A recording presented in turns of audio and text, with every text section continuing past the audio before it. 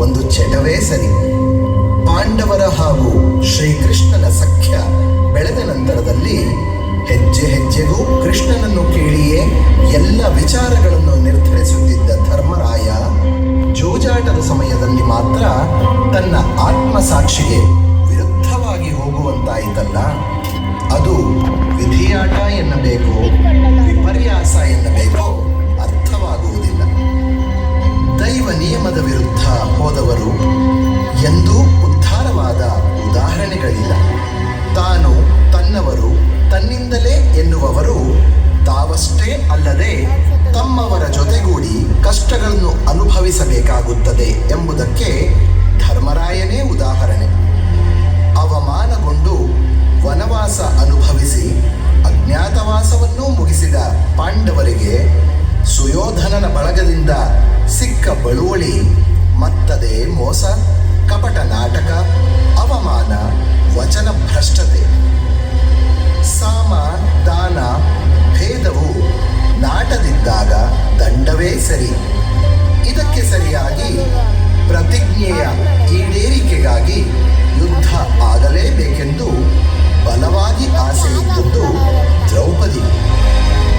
ಅವಳನ್ನು ಬಿಟ್ಟರೆ ಶ್ರೀಕೃಷ್ಣನಿಗೆ ಮಾತ್ರ. ಇದರ ಪರಿಣಾಮವೇ ಕುರುಕ್ಷೇತ್ರ ದರ್ಶನ.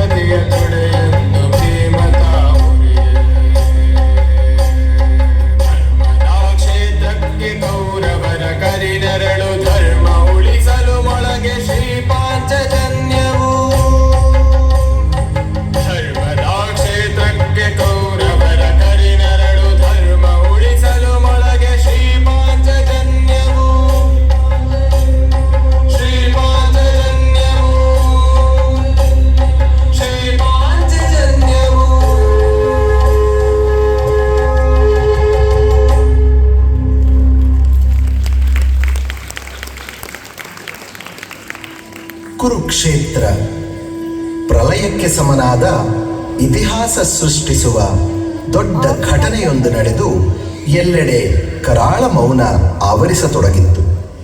ಸಮಯ ಸರಿದಂತೆ ಗಂಗೆಯಲ್ಲಿ ಮಿಂದೆದ್ದು ಪವಿತ್ರವಾದ ಭಾವದಂತೆ ಧರ್ಮ ಕಾರ್ಯಗಳು ಅಲ್ಪ ಸ್ವಲ್ಪ ನಡೆಯತೊಡಗಿದವು. ಆ ಹೊತ್ತಿಗಾಗಲೇ ಶ್ರೀಕೃಷ್ಣ ಶ್ರೀಮನ್ನಾರಾಯಣನಲ್ಲದೆ ಬೇರ್ಯಾರೂ ಅಲ್ಲ, ಅವನೇ ಸಕಲವು, ಅವನೇ ಆಧಾರವು ಎಂದು ಎಲ್ಲರೂ ಅವನಿಗೆ ಶರಣಾಗತರಾಗಿದ್ದರು.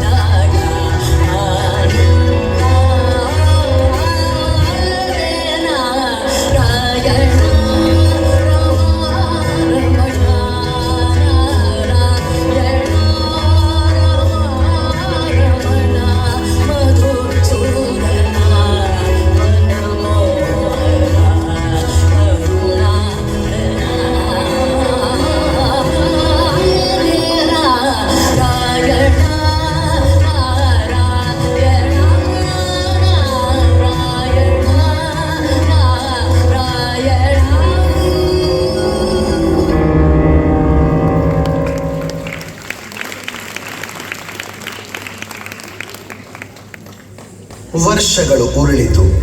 ಯುಗವು ಬದಲಾವಣೆಯ ಹೊಸ್ತಿಲಲ್ಲಿ ಬಂದು ನಿಂತಿತ್ತು. ಅದರ ಸೂಚನೆ ಎಂಬಂತೆ ಜಗತ್ತಿನಲ್ಲಿ ಪುನಃ ಅಧರ್ಮದ ತಾಂಡವ.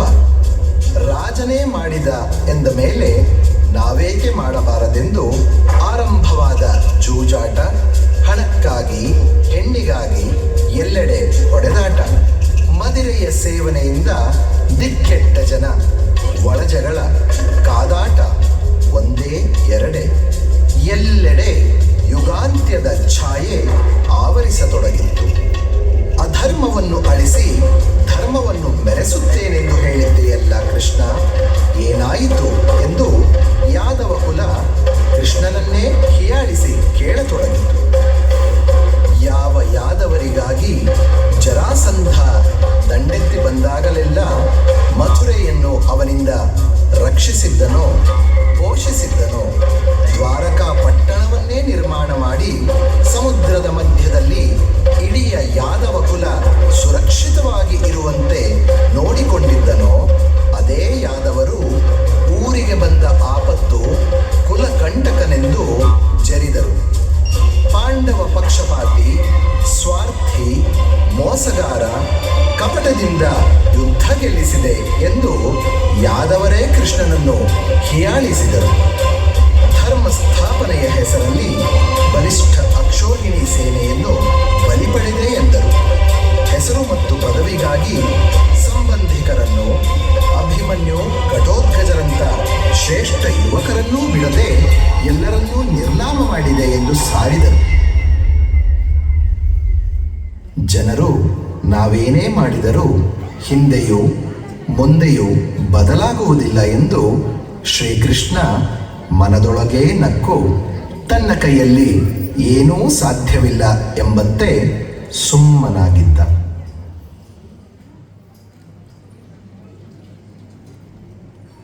ಜನಗಳ ನಡತೆ ಮಾತುಗಳನ್ನು ಕೇಳಿ ಆಚಾರವಿಲ್ಲದ ನಾಲಿಗೆ ಎಂದು ಯೋಚಿಸುತ್ತಾ ನಿಂತ ಕೃಷ್ಣನ ಎಡಗಣ್ಣು ಬಡಿಯಲಾರಂಭಿಸಿತು. ಉರಿಯುತ್ತಿದ್ದ ನಂದಾದೀಪ ಠಪ್ಪನೆ ಆರಿಹೋಯಿತು. ಯೋಗ ನಿದ್ರೆಗೆ ಜಾರಿ ಭವಿಷ್ಯವನ್ನು ನೋಡ ಹೊರಟವನಿಗೆ ಬಲರಾಮನಿಂದ ಪ್ರಭಾಸ ತೀರ್ಥಕ್ಕೆ ಶಂಕರನ ಆರಾಧನೆಗೆ ಹೊರಡಬೇಕೆಂಬ ಸೂಚನೆ ಬಂತು. ಕೃಷ್ಣನು ಮುಗುಳ್ನಕ್ಕ. ಆ ಕಾಲವು ಬಂದಿತು ಎಂದು.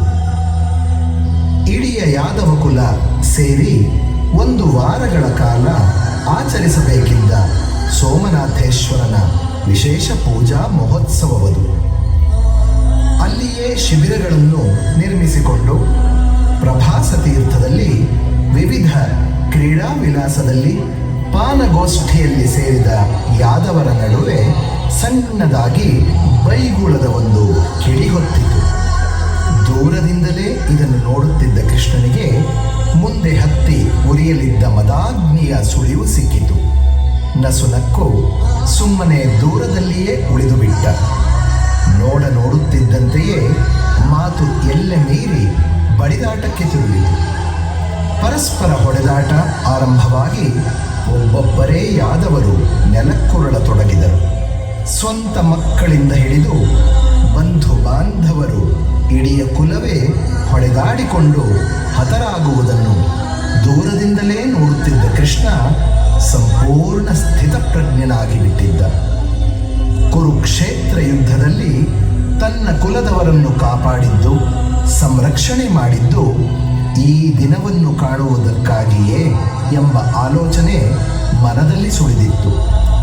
ಕೃಷ್ಣನ ಕಣ್ಣುಗಳು ಈಗ ಬಲರಾಮನನ್ನು ಹುಡುಕತೊಡಗಿದವು. ಕಣ್ಣು ಹಾಯಿಸಿದ ಕೃಷ್ಣನಿಗೆ ದೂರದಲ್ಲಿದ್ದ ಒಂದು ಮರದ ಕೆಳಗೆ ಧ್ಯಾನಾವಸ್ಥೆಯಲ್ಲಿ ಕುಳಿತಿದ್ದ ಬಲರಾಮ ಕಂಡ. ನೋಡುತ್ತಿದ್ದಂತೆಯೇ ದೈತ್ಯ ಸರ್ಪವೊಂದು ಬಲರಾಮನ ದೇಹದಿಂದ ಆಚೆ ಬಂದು ಸಮುದ್ರದಲ್ಲಿ ಲೀನವಾಗಿ ಹೋಯಿತು. ಅಣ್ಣ ಬಲರಾಮ ಇಹಲೋಕ ತ್ಯಜಿಸಿದ್ದನ್ನು ಕಂಡ ಕೃಷ್ಣನ ಕಣ್ಣುಗಳು ಮಂಜಾದವು. ಈಗಲೂ ಅವನಿಗೆ ಅವಸರವೇ ಎಂದುಕೊಂಡು ನಿಟ್ಟುಸಿರು ಬಿಟ್ಟ ಕೃಷ್ಣ ಆಯಾಸದಿಂದ ಬಳಲಿ ದೂರದಲ್ಲಿದ್ದ ನಿರ್ಜನ ಪ್ರದೇಶದ ಅಶ್ವತ್ಥ ವೃಕ್ಷದ ಕೆಳಗೆ ಹೋಗಿ ಕುಳಿತು ಯೋಗ ನಿದ್ರೆಗೆ ಜಾರಿದ. ಎಲ್ಲಿಂದಲೋ ಬಂದ ಬಾಣ ಕಾಲನ್ನು ಹೊಕ್ಕಿತು. ಚರಣಂ ಪವಿತ್ರಂ ವಿತತಂ ಪುರಾಣಂ ಎಂದು ವೇದದಲ್ಲಿ ಯಾವ ದಿವ್ಯ ಪಾದವನ್ನು ವರ್ಣಿಸಿದ್ದರೋ, ಯಾವ ಪಾದ ಭಾರತ ದೇಶವನ್ನೆಲ್ಲ ಸುತ್ತಿ ಬಂದಿತ್ತೋ, ಯಾವ ಪಾದ ಭೂಮ್ಯಾಕಾಶವನ್ನೆಲ್ಲ ಅಳೆದಿತ್ತೋ, ಯಾವ ಪಾದ ಲಕ್ಷ್ಮೀದೇವಿಯ ಹಸ್ತದ ಸ್ಪರ್ಶದಿಂದ ಕೋಮಲವಾಗಿತ್ತೋ, ಯಾವ ಪಾದ ಭಕ್ತರಿಗೆ ಆಪತ್ತು ಬಂದಾಗ ನೆಲ ಜಲ ಸ್ಥಳ ವ್ಯತ್ಯಾಸ ನೋಡದೆ ಧಾವಿಸಿ ಸಹಾಯಕ್ಕಾಗಿ ಓಡಿ ಬರುತ್ತಿತ್ತೋ, ಅಂತಹ ಪರಮ ಪವಿತ್ರ ಪಾದವು ಭೇದಗೊಂಡು ರಕ್ತ ಪ್ರವಾಹ ಹರಿಯುತ್ತಿತ್ತು. ಬೇಡನೊಬ್ಬ ಓಡೋಡಿ ಬಂದು ಹರಿಯುತ್ತಿರುವ ರಕ್ತ ಪ್ರವಾಹವನ್ನು, ಪಾದವನ್ನು, ಪೀತಾಂಬರ ಶೋಭಿತ ಶ್ರೀಕೃಷ್ಣನನ್ನು ನೋಡಿದವನೇ, ಅಯ್ಯೋ ಪ್ರಭು, ನಾನೇನು ಮಾಡಿಬಿಟ್ಟೆ, ಎಂಥ ಅಪರಾಧ ಮಾಡಿಬಿಟ್ಟೆ, ನನಗೇನು ಗತಿ, ನನ್ನನ್ನು ಕ್ಷಮಿಸಿ ಎಂದು ಗೋಳಾಡತೊಡಗಿದ. ಸುತ್ತಲೂ ತಡಕಾಡುತ್ತಾ ಅಲ್ಲಿಯೇ ಇದ್ದ ಸೊಪ್ಪುಗಳನ್ನು ತೆಗೆದುಕೊಂಡು ಪಾದಕ್ಕೆ ಶುಶ್ರೂಷೆ ಮಾಡತೊಡಗಿದ. ಕೃಷ್ಣ ಮಂದಸ್ಮಿತನಾಗಿ ಕಣ್ತೆರೆದು ಕೇಳಿದ, ನೀನ್ಯಾರಯ್ಯ, ನಿನ್ನ ಹೆಸರೇನು? ಮುಗ್ಧ ವ್ಯಾಧನು ನನ್ನ ಹೆಸರು ಜರ ಎಂದಾಗ ಆ ಅವಸ್ಥೆಯಲ್ಲಿಯೂ ಕೃಷ್ಣ ಮುಗುಳ್ನಗುತ್ತಾ ಮಂದಹಾಸ ಬೀರುತ್ತಾ ಬೇಡನನ್ನು ಕುರಿತು, ನಾನು ಮುಪ್ಪಿನಿಂದ ಈ ಶರೀರ ಬಿಡುವಂತಿರಲಿಲ್ಲ, ಆದರೆ ಮನುಷ್ಯನಾಗಿ ಅವತರಿಸಿದ ಮೇಲೆ ಆ ಮುಪ್ಪಿನ ಸಂಯೋಗವಿಲ್ಲದೆ ಶರೀರವನ್ನು ಬಿಡುವಂತೆಯೂ ಇರಲಿಲ್ಲ. ಅದು ನಿನ್ನ ಹೆಸರಿನ ರೂಪದಲ್ಲಿ ತನ್ನ ನಿಯಮವನ್ನು ಪೂರೈಸಿಕೊಂಡು ನನ್ನನ್ನು ಅಪವಾದ ಮುಕ್ತನನ್ನಾಗಿ ಮಾಡಿದೆ ಎನ್ನುತ್ತಾ ಜರನನ್ನು ಕೃಪೆಯಿಂದ ನೋಡಿ ಸಂತೈಸಿ ಕಳುಹಿಸಿದ.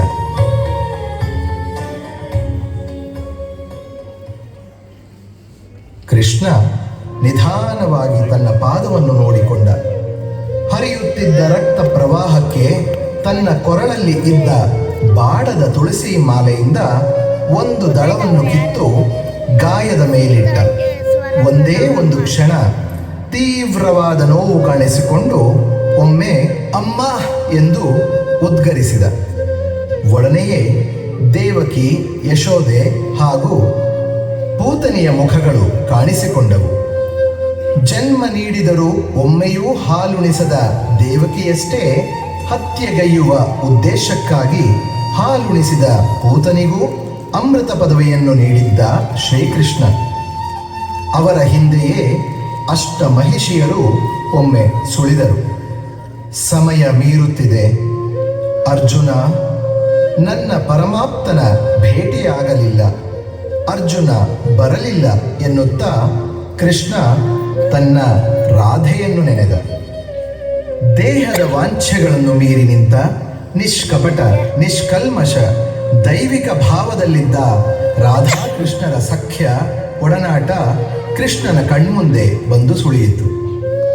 ಲೋಕೋದ್ಧಾರಕ್ಕಾಗಿ ದೇಹವೆರಡೂ ಜೀವ ಒಂದೇ ಎಂಬಂತಿದ್ದ ತನ್ನ ರಾಧೆಯನ್ನು, ಉಸಿರಾಗಿದ್ದ ಕೊಳಲನ್ನು ಬಿಟ್ಟು ಬಂದ ಸಂದರ್ಭ ಮನದಲ್ಲಿ ಮೂಡಿತು. ಜಗತ್ತಿಗೆ ಬೆಳಗಾಗುವ ಸಮಯದಲ್ಲಿ ಜಗತ್ತಿಗೆ ಬೆಳಕನ್ನಿತ್ತ ಕೃಷ್ಣನ ಕಣ್ಣು ಮುಚ್ಚುತ್ತಾ ಬಂದಿತ್ತು. ಕೃಷ್ಣ ಕಡೆಯದಾಗಿ ನೆನೆಸಿಕೊಂಡಿದ್ದು ದ್ರೌಪದಿಯನ್ನು. ಕೃಷ್ಣೇ, ಅನಿತ್ಯಂ ಅಸುಖಂ ಲೋಕಂ ಎಂಬಂತೆ ನನ್ನನ್ನು ನಂಬಿ ಬಂದ ನೀನು ಅದೆಷ್ಟೆಲ್ಲ ಕಷ್ಟಪಟ್ಟೆ. ದ್ರೌಪದಿ, ಪುಣ್ಯವತಿ, ನನ್ನನ್ನು ಕ್ಷಮಿಸು ಎನ್ನುತ್ತಾ ಶ್ರೀಕೃಷ್ಣ ದೀರ್ಘವಾಗಿ ಉಸಿರೆಳೆದು ತನ್ನ ಧಾರಣಾ ಶರೀರದ ಕಡೆಯ ಉಸಿರನ್ನು ಬಿಟ್ಟ.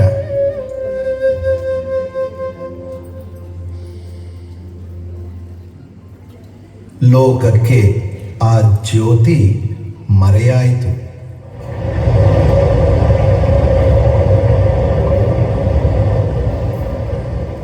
ಜೋರಾಗಿ ಗಾಳಿ ಬೀಸಿ ನಾನಾ ವರ್ಣದ ಹೂವುಗಳು ಸುಂದರ ಕೃಷ್ಣ ಮೂರ್ತಿಯ ಪಾದಗಳಿಂದ ಮುಡಿಯವರೆಗೆ ಇಡೀ ಶರೀರವನ್ನು ಆವರಿಸಿತು. ಜಗತ್ತಿನ ಆವರಣದೊಳಗೆ ಅವತರಿಸಿ ಬಂದಿದ್ದ ಚೈತನ್ಯವು ಮತ್ತೆ ಬ್ರಹ್ಮಾಂಡವನ್ನು ವ್ಯಾಪಿಸುತ್ತಾ ಅನಾವರಣಗೊಂಡಿತು.